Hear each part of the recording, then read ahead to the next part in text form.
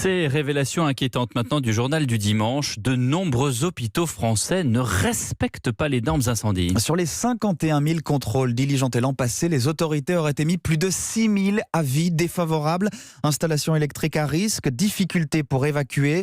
Des établissements sont épinglés dans toute la France, de Marseille à Besançon, en passant par Paris.